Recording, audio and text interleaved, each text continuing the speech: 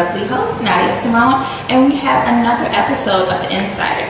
And it's not just any episode, we have another Roundtable, number 3. This time we have an all-male cast. What's up, guys? We'll start with some introductions. I'm gonna start off with you, Doc. Tell us your name. Well, I already said your name, but tell us what you do and an interesting fact. So I'm Doc, Dr. Kevin Woods. I do sports psychology, mainly performance for mostly businesses and athletes. I work in a hospital as well, director of an outpatient program, but I also do a lot of just outreach programs. So also own a gym I'm posing, and I put it on, pretty much I send 16 kids to college a year. And it's through scholarships, so I have a lot of schools come and look at. Mostly kids are going to get the opportunity to play like AAU, basketball, travel, and sing, stuff like that. So I do a lot of random stuff for like kids, especially in my community. I'm from Inglewood originally, so I'm from 71st and Damon. So like my whole thing was getting up, get my PhD and being able to get back to my hood like that way. So that's mainly what I do. Random fact for me, you just want a random fact or just anything? Yeah. Shit, I don't know, my bad. But no, it's not. really, I don't know. I mean, everything in my life is pretty much, I know a little bit about everything, and I got my foot in a lot of things as well. So I'm just happy to be here and talk about whatever comes up today and see everyone's perspective and opinions today. Awesome. Good to have you. So, if I catch up, I'm a podcaster, website blogger, more importantly, a father. A lot of things I'm working on right now, working on like my clothing line, but also I'm trying to turn that into a bigger brand.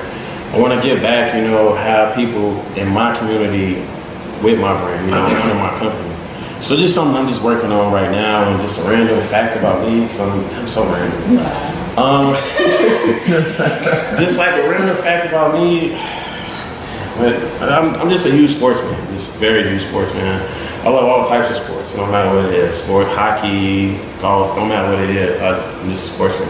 Originally from Inglewood, 71st Maine, 71st and Morgan. Spent the last 5 years in Washington, D.C., working in Congress, as well as senior marketing director at George Washington University, which is where I got my master's in political management.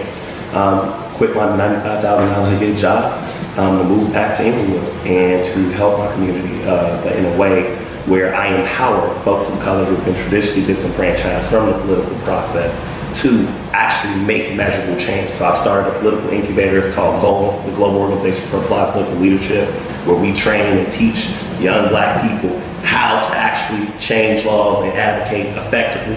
I'm an online adjunct professor at West Virginia University. I teach event planning, and pray is up that I get to work with the Get in Chicago initiative soon. But looking forward to being here as well. Man, I walked from Chicago to the White House about gun violence.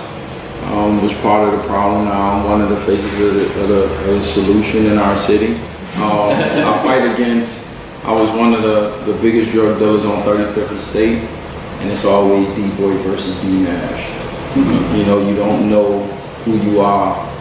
You don't know if you change into a situation that you would handle it in your old self, but you handle it in your new self. I'm Kelvin. People call me Kels or whatever, but I'm a screenwriter, filmmaker, storyteller, writer. I work in music as well, do some A&R work, just work in the studio, stuff like that. For me, it's really all about trying to control the black narrative as much as we can. A lot of movies come out and they're about the black experience or about some extraordinary black person, and it's told by a room full of white people, which is fine, it's okay, people are okay with that, but for me, it would suit my community, suit me better if black people actually control the narrative from production all the way down to promotion, you know what I'm saying? So that's really my goal, is to start a production company that will fully handle that. So and a random fact, I dropped out of Howard after my junior year to go on a music tour like 30 cities or whatever. And I didn't rap, I don't rap, you know what I'm saying?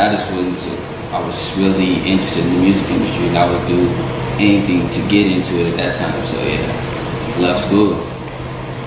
I go by law, or my stage name, which is the Law of Huey, all caps on Huey. And I'm a rapper, community activist, and mentor, and also a father. And like right now, I'm a manager at a Boys and Girls Club on the west side of Chicago in the Austin community. I do a lot of mentoring at different schools to promote social and emotional learning. I'm also underground rapper from the proud city of Chicago, you know. And man, I'm just here to really make a difference with youth more so than anything, because you know, somebody did that for me, and I'm just trying to pay it forward. Random fact about me, man, I really love to eat, man. Like, if y'all understood how much I love food, like, yo. I got a good group here, so I'm excited. So let's get started. So I want to talk about first about black males in the media. All right.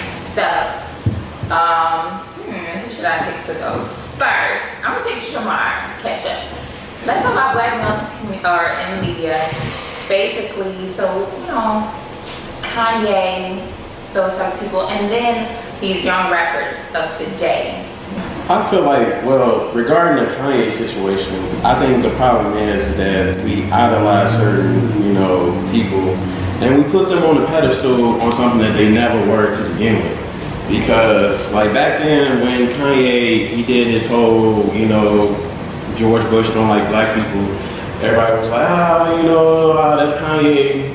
But, I mean, then when he said, you know, slavery is a choice, it's still the same Kanye, you just don't agree with him. So it's just like, whether you like him or not, he's still the same person. It's just that it got to a situation to where you don't agree with him, and now you don't tolerate it. Now it's like, oh, Kanye lost it, something wrong with him, Kanye crazy. No, it's the same Kanye. This ain't nothing changed. It's just, it is what it is. And as far as like the young rappers, it's the same thing. It's like we put them on a pedestal that's just not them. Like, is it what their lyrics, what they have to say? Because where I'm hearing, I don't get anything from. It's also the status too. So it's like, hey, you know, he's on this big status, he should do something for us. It's the same with like you know, like R. Kelly or like Kanye. They want them to come and give, like Michael Jordan. Even with him, like with Michael Jordan, he make all these shoes, he should come give back. Like, people expect that, but if that's not him, then why would you know, have those expectations for him? They're never going to begin with. It's always music for everybody out there, even in rap. So it's just depending on how you're looking for it. Now, if you basing everything you listen to off the radio, then that's what you're gonna receive. But it's artists out there that you can listen to, like the group that I represent, we call the Huey Gang, and the acronym for Huey is Headstrong Urban Educated Youth, inspired by also Huey P. Newton of the Black Panther Party of Self-Defense. Like, so you can kind of get a grasp on like how we coming, you know what I'm saying? We don't like make all y'all power to the people music all the time. No, it's just like we have fun as well, but many people not gonna look for that because all they're looking for is what's on the mainstream. And we've been shown many of times that ignorance is all gonna prevail amongst the masses. It's all in what you choose to want to listen to. So I don't judge people for their decisions or artists for their decisions. I'm not gonna judge a Lil Pump. I'm not gonna judge a Kanye. I'm not gonna judge anybody else that's doing what they're doing because that's their life. We all humans. At the end of the day, it's what you choose to put power into, and that's what media is all about. So, like, I thank God every day for the opportunity that the opportunities that I get to, you know, share my talent. I thank God for the exposure I'm getting, and me and my team are getting, and you know what I'm saying? It's just what you choose. Media is all about what you choose. I just think that it's tough to separate the artist from the artistry, especially in like the climate that we have now. Like, everything is so attached to each other. Like Kanye, like at the end of the day, Kanye's opinion is the opinion of one man, and that doesn't mean, like, that means literally nothing. So for us to get all in the uproar about one man's opinion was honestly kind of shocking, to be real. I mean, the most disappointing part is willful ignorance. Like, to be ignorant on purpose is the only thing that's disappointing about the Kanye thing. It's like, to say that slavery is choice, I mean, just read it. Like, you can find out that that's not so. Just read, open a book, and you can find that out. It's just that I think right now we're just passing information along, and it just goes around in a circle, and it's not deep enough to actually give us any education. It's just Alternative facts. something to talk about. And it's like, and it's gonna pass, so we're gonna forget Kanye even said this. Like 2 months ago, we're gonna forget all about this. And so it's just like, I don't know when it became cool for rap to like not be anything. I don't know when hip hop, the actual true form of it, became lame. Like Lupe Fiasco is considered a lame to some of these like current fans of like mainstream rap, and it's like, how did we get there? How did we get from hip hop being literally the coolest thing ever made in American pop culture to it being lame? You know what I'm saying? And it being stretched into this caricature art, like where people just paint their faces and dye their hair and say wild shit. Like J. Cole was saying a lot of thought-provoking stuff, but then you look on and people say, "Oh, he's boring." Like how did music like get boring? Like he really talking about what we really need to talk about, but people don't want to hear that. And then like, you know, Lil Uzi Vert come through and, you know, Ignorance is bliss. it's crazy. Like it's insane just to see like, And also, my bad to cut you off, but everything has its place as well. Now we can't like knock that, because we need our club music. You know what I'm saying? I don't want to listen to Conscious all the time. I need something like, you know what I'm saying, give me loose a little bit, you know what I'm saying? But the oversaturation of it right now, everything is good in moderation. Yeah. Even just being a fan of music, like especially my genre, like the genre of rap, hip hop, like, you know, even I admire like the 80s and like the 90s music, like, because you had songs like Doing the Bump, like, you know what I'm saying? And then you also had Public Enemy, and like all that was just like spread it out, and it was booming. Everything was booming, and now it's just like you either on one side or you're not on that side. Like, We're the biggest consumers across the board, don't get me wrong. But the masses that actually push that and support it, and you go to a concert, like big ass concerts, mostly not us in there, you know. So we also have to think about that as well. And going back to the question of black men in the media, it's who we choose to support. I like what you said about like, look, it's however you want to do it. Either you're gonna choose to listen to it or you're gonna choose not to listen to it. And depending on that situation, it's gonna let you know if that artist is gonna boom or not, you know, or study on your rotation on your phone or not. Two concepts and terms. Number one that I think just black people in general need to understand: identity and ideology. Just because I look like this man, we have vehemently two different opinions, and we support each other on how we should approach gun violence in Chicago. And they're both valid, right? And so I think the moral of the story is that, number one, also media. First of all, the media ain't just this big boogeyman. You have social media, you have blogs, you have podcasts, you have cable news, you've got newspapers. So, and what makes media credible? What makes somebody credible in media? Why can't he be credible because he got 10,000 followers on he's credible to those 10,000 people on Instagram?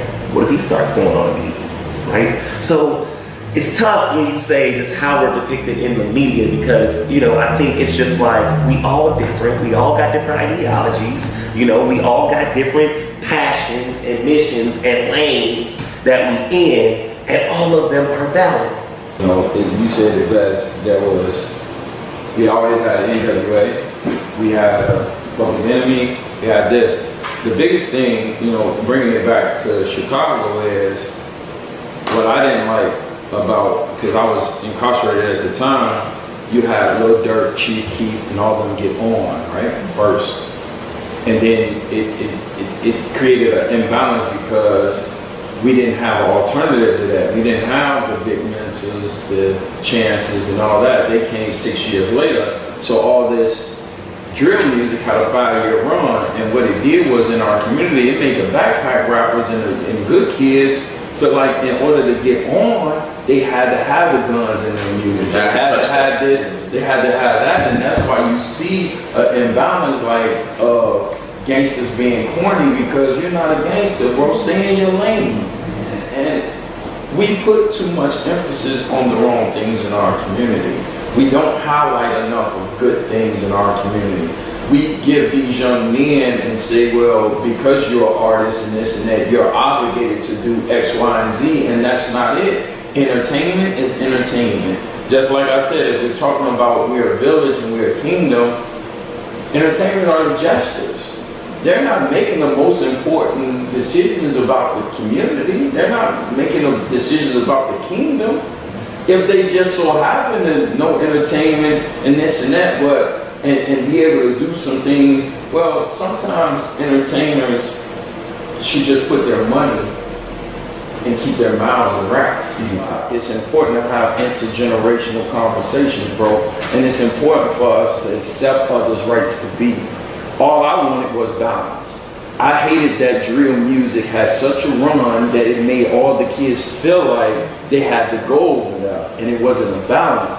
That's all, because it's always been. You always had an NWA. You always had a Public Enemy. You always had a Queen Latifah. But it was a balance, and now social media got an imbalance. So now I came home, we're savages and Chirac. Yeah. Savages and Chirac. There's no balance in being savages and Chirac. We were gangsters and gentlemen. We come from Al Capone, we come from street organizations. The fabric of Chicago is gangster. What was your question? Like black males are under attack. As far as I was bringing up R. Kelly, Bill Cosby, I mean, you know, we're separated by some people. Okay, so agree that, you know, one thing my grandparents, I feel like some of the wisest people I've ever met are my family members because just like, yo, thank God for them, you know what I'm saying? But their experience taught me a lot, and one thing my grandfather was always scared about me and the area that I chose to be in, which is rap and things of that nature. He was afraid that he don't want me to get too big or too famous because he felt like at a certain point they're gonna come for me. They're gonna attack the black man that is seen as powerful, and that goes all the way back to when you had tribes and they were coming to get the slaves, and you saw them all together on the boat, and they saw the one guy who was in there who was helping to keep everybody straight, or probably the one who was going to plan the rebellion, let's knock him down. And that goes all the way back to right now. You know what I'm saying? The Willie Lynch syndrome is strong still today. It's super strong. Like, and the thing is, like, I will be honest, I'm afraid to even get that big. You know what I'm saying? Because every move I will make will be monitored. The higher powers have seen the power of a strong, masculine black man, and just being that, being proud to be a black, being proud to be a man, things of that nature, like, and certain morals that came with that were being displayed and showing other young black men like, oh, that's what I can be. even with TV shows. Exactly. So and now it's like we're gonna kind of alter that image. Like we're gonna have this male be bisexual, and you know we're gonna have and then again, it's nothing wrong with that lifestyle at all. But now we're being oversaturated with it because on the other side of us being made in our community to feel bad about the good things we do, the media is funneling all the bad things and making these kids feel like you have to be an athlete, you have to be a rapper, you have to be this, whereas, 80-90% of America that are wealthy own the team. Yep. Let's talk about that. Yeah. They own the team. 80% workforce. My argument is not who's better, LeBron or Michael. My argument is why we 80% and only 1% ownership. Why we never see Larry Bird versus Jerry West. They never put their idols and make them become rivals. But we do. And it goes back to slavery and Willie Lynch. Oh yeah. So it's for us to champion a man like you. It's for us to make the STEM kids cool again. You see what I'm saying? We don't do enough of that. For us, let's not, if we're talking about one, let's talk about them all. Charlie Sheen, a white man, admitted to HIV, he was HIV positive, and having orgies and all types of things. And we just got to start separating the two. R. Kelly, the singer, is different from Robert the man. I'll say this, you know what I'm saying? Like, as a black man, it's always weird to see ourselves represented on TV and film, anything, because I don't want to throw anybody on the bus, I don't want to say anything controversial. But it's weird for me to watch Scandal or hear about Scandal and hear about episodes of Scandal, right? Olivia Pope she's dating predators, she's having affairs and all this stuff, right? She has these sexual relationships with white men, which, cool, fine, cool. So then I'll watch something like 7 Seconds, right? 7 Seconds, cool, sure, everybody likes that show, right? About a black teen getting murdered, you know, cool.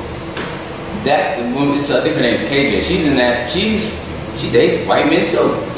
Okay, cool, not tripping, you know what I'm saying? That's fine, I'm not tripping. Ava DuVernay puts out the movie with Oprah, I think, like a couple months ago, right? And it's weird for me because I like Ava DuVernay, right? But Chris Pine is the father of the black girl in the movie, right? Listen, I just find it weird that it's convenient to leave out black men as responsible fathers and all these things. This is really convenient to me. So what, like, so you watch a show like Power, right? Ghost is he's a cool dude, all this stuff. Ghost, we have hella sex in the show, right? Hella sex, but it's always when it's detrimental to the women in the show. It's never like me, black, you know what I mean? I can't be like, yo, I'm very attracted to this woman. I'm not cheating my wife. I'm not lying to anybody. I just think we have a good connection. I just want this to be a thing. I knew he was gonna say something. And I'm just like, where am I? I'll turn the TV on. Look, I love Donald Love. I see Earn. I see a lot of people. That's one show. It's one television show. You cannot find nobody that we can really identify with as people. I just want to know what the show. But I look at men as my grandfather. You know what I'm saying? I look at men that struggled in this society. My dad, may rest in peace, he died 9 days after I got out of the halfway house after doing 8 years of incarceration. I got straight A's in school, this, that, and the third. The only thing my father ever got mad at me was not looking at a man or a woman in the eyes when I spoke to him. Because he said your grandfather down south had to look down speaking to white people. And it got me in trouble at boarding school. I would look at my coach in his eyes, a white man, and it was Coach Schrader. I'll never forget, Coach Military Academy. He had this vein, this thick, came in the middle of his forehead. And I would just be looking at him. I wouldn't be disrespectful, but I'd be looking at him, start staring in his eyes. And I saw that for a black kid to be looking at a white man in his eyes, it was killing him. But a male like me, and I run to it all the time, are he aggressive? Our women have gotten so masculine that they don't even know how to be women when a real man is around them. Like when two men talking and it's aggressive. Hold on, can you be quiet? Let us talk. But I'm looked at as an aggressive man that if I'm a proud heterosexual, now I'm shunning homosexuals. Nah, I'm not. Let's jump into This conversation is running. But no. Okay, so how many people have significant others right now? 3. So you have a significant other and your father. Yeah. So how is that? Like, I mean, are you with the mother of your child? No, I'm not. Okay. If anybody, you're married. You're not with the mother of your child. No. But okay, so I mean, how is that? Because I have another. I have a significant other, but is that the father of my child? It's gonna always be challenging. Because you're dealing with multiple things all at once. I'm dealing with a situation personally that I don't even have a relationship with my kids, my biological kids. So it's about maturity. And though I'm lacking and have a bad relationship with her and my children, I still save lives every day. And unbeknownst to her, this is how mature I am. I get a DM that said, I ain't know who you were, but I'm the coach of your son. And he's going through something difficult. I immediately called him. You know, most black men go say, who the fuck are you? Why are you in my business? Mind your business. But I'm transparent. You can't use what I'm willing to say about myself. That's politics, right? It's kind of like when Eminem rapped. He said everything about him in the battle rap, in a cold rap, and took the power away. So I'm willing to talk about the harsh truths, because I understand that, you know, some people aren't felon friendly, some people aren't none of that. I've been 8 years in jail, and some people go think I'm a monster. But he came on my DM, I talked to him, and now I'm loving my child through him, unbeknownst to them, and her. And that's just how you have to have a level of maturity, and you laid down with this woman, you had a baby with this woman. At one point it was good. Understand that it's not even about you or her. Exactly. Take your personal feelings out of it, like I told you. If it's for the betterment of our child, but people say that they don't really live that. Exactly. That's the thing. So, people say the sexy thing, Right. but when you trying to apply that to your life, And it's real. when you told Buddy, you can't come over tonight, I got somebody, and he can't get that sex, stuff changed. Yeah, stuff changes. And those are the difficult conversations that we don't have. Those are the things that we don't really address. The fact that you ain't taking care of your kids because I ain't giving you nothing. Let's keep it 100. Is the woman go really tell the child, your daddy ain't over here because your mama ain't giving you nothing, I got a new boy? So my dad is a strong man. You remind me of a lot of my father, you understand? Hood, you know, would be deemed militant, very, very. His father was the same way. You know, he ran his household. But, you know, my mom was a strong black woman. Right. And back then, you know what I'm saying, he wanted to do what he wanted to do and run it how she like, whoa, whoa, whoa, whoa. And so, you know, it was issues. And so, eventually they divorced. I went with my mom. Now, my dad was always around. Don't ever get it twisted in terms of, like, I could go see him. My mom never put my dad on child support. Mm-hmm. I just found out my stepdad was the reason why. I said, you a real nigga. I'm sorry. I got to give it to you, bro. And me and my dad right now don't have the best relationship because now I'm a man. And just like this man right here can acknowledge his faults, my dad didn't want to, because he brought me in this world. His name is Jonathan McGee. You understand? I look like him. All he see, he used to carry me in the hood, you know what I'm saying? So in his mind, and in his day, you never disrespect your father. It don't matter right or wrong, but at the end of the day, you know what I'm saying? We still have to address these things and put them in the past. And I didn't even give you everything. I just told you weren't there financially. When it came to go to Georgetown, go to DC, well, you didn't drive until you went and had 2 more kids, right? And started your life. And yeah, you knew I was good, but was I? Right. Who taught me how to be a man? My stepdad was like, this ain't my son. Right. But he loved me, he did whatever. But like, I was left, never really had to learn how to. My mom couldn't teach me how to be a man as much as she tried, right? Because when it came time for them boys, for them people out there, when I had to put these up, you feel me? Or a gun or whatever, and or deal with the police or whatever. So I had to seek that out. And so I've forgiven my father already. But what I'm not about to do is allow for you to not address that with me as a man. My dad actually, the best thing he did was taught me how to think. He taught me how to think at 4 or 5 years old. So he taught me how to actually think and what perception and, you know, seeing is not always believing, but the outcome is what you can believe in.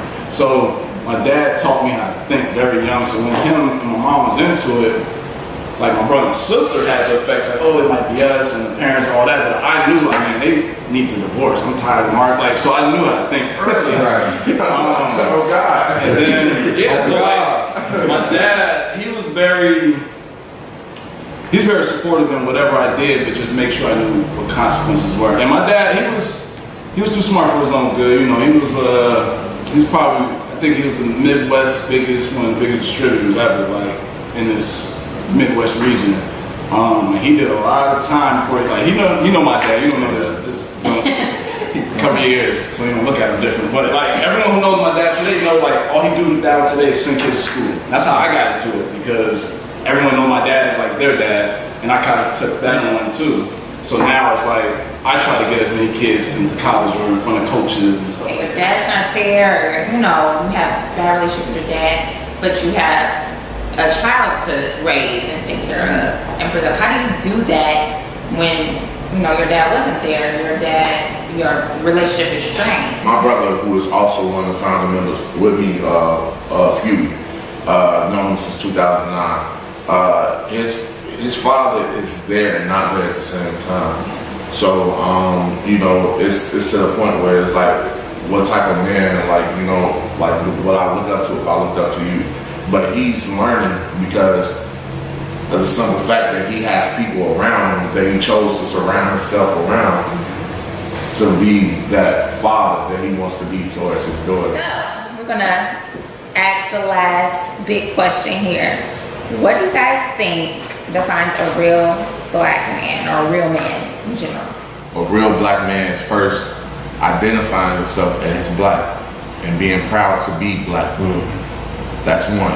And two, being able to understand your situation, so understand what it's like to be a black man, and then contributing to whatever it takes for that image to stay what it is.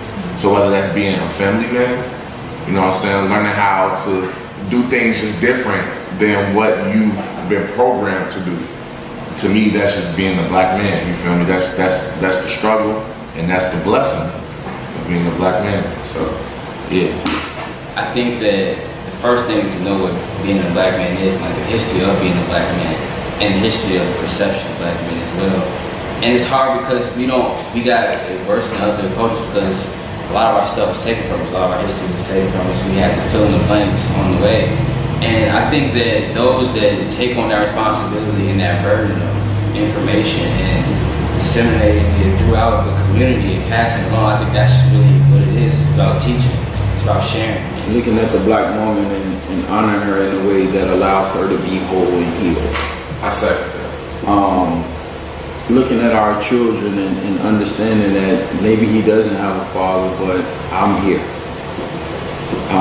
And looking within myself and having certain integrities and morals and respect for those around me, one, but for myself.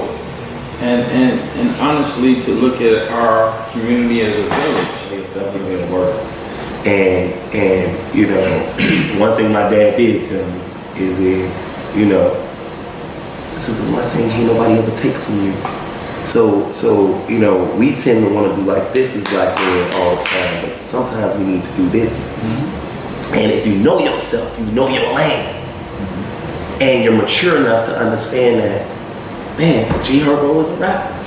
I've never seen somebody play. He would be the jester in the kingdom. That made me feel good, because guess who would be the king? You understand? So, like, to a certain degree, you also, I think, innately have to value what your contribution is to the struggle, to our movement, and be okay with that. And be okay with it, though. That's what it is.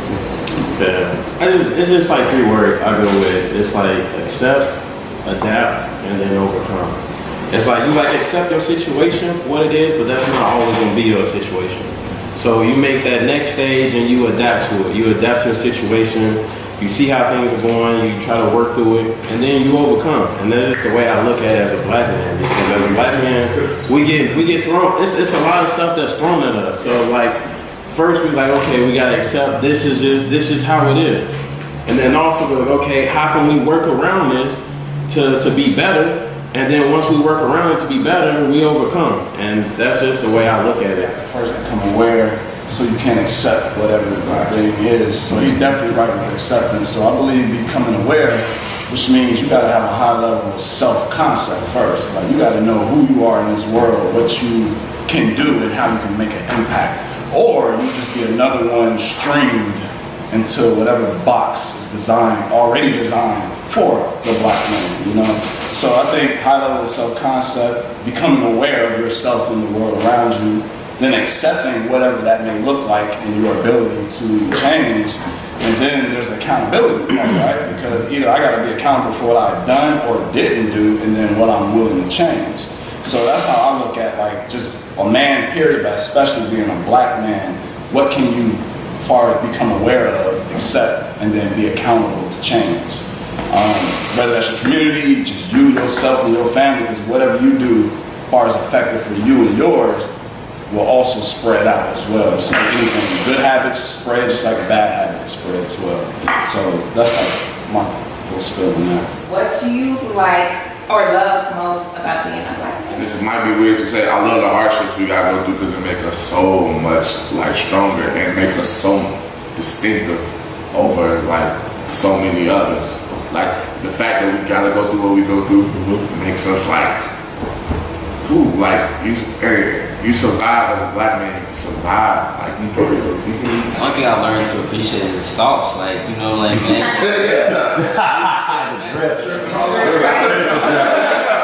That sauce. So the best thing I really like about us is because we're kings. You know, we the best thing. We in God's image. His hair was wool and his skin was bronze. What kind of man? And that's what it is, bro. And when you a black man and you walk in your purpose, and man, you walk and it's like clear. It's a I clear. love the fact that we have the capacity to really pull in a way that nobody else can. Because we all said that share that same struggle. So that's what I love about being black. Once we all come together as a unit, it's dangerous. Like it's so dangerous. Like you just see, like for example, like just with dances, like we come up with the craziest dances, but you look at everybody else, like even with like just doing the dab, like the dab was just something real simple, and then you look at like white people try to do it, and it's just like it don't even look right. With the Dougie, the social board, on and on. Like we keep being more creative, developing new things, and they just try to copy it and it just don't look the same. And I be like, man, it's love. Like every day I wake up as a black man, I'm just blessed, man. So blessed, so loved, and it's nothing like us, man. Nothing like us at all. I like the threat that's perceived of the black man, which comes with like, damn. Like when I walk, because I don't wear suits and shit off, man. The only time I wear a suit if it's some money on the table or I'm like, it's a chill day, I have shit to do, and I'm just out and about. You'll see me like dressed up in a suit. Otherwise, I'm regular. While I'm down, even if I'm like when I walk into a classroom the first day, because I'm a professor at Adler as well, so I teach master and doctorate students. But like when I walk in, hat backwards, just tats, all that shit, you know, the threat that comes with that, it's just like, damn, they really feel awkward with me in here. Or if I'm in a meeting and then I'll walk in, they're like, excuse me, sir, we looking for, you're not supposed to, I'm like, no, that's my name on the board. It's just, I love the necessity of a black man. I would just leave it at that. I love the necessity. I just like how you guys can take charge, make something out of nothing, you know, be a great representation of the youth that's coming up. I know a lot of black men who are successful in their own right. Like you rap, you know, you're an activist, you're a doctor, like teachers. And I love seeing that. And we need more. And society is, and all this music and all that is fuck on, you don't need them, you know, we need y'all. Because y'all the foundation of the community. Whether we like it or not, it's something that we wake up and got to go use the bathroom, and it's hard that we gonna do what you need us to do. Because we want y'all. And we out. Yeah, I want to shout out Chef KB for the amazing food that everybody submitted. Oh my goodness. The owner of stuff. So thank you so much, KB, for contributing to make food. It's all gone, and yeah, thank you. So shout out to Yosiah. Yeah, shout out, happy anniversary, man. Fast Living Lifestyle. Check him out. He's doing amazing things. You got to get me some of that stuff. Yes, continue growing. It's my second shirt, so shout out to you. But yeah, that's a wrap. Thank you guys.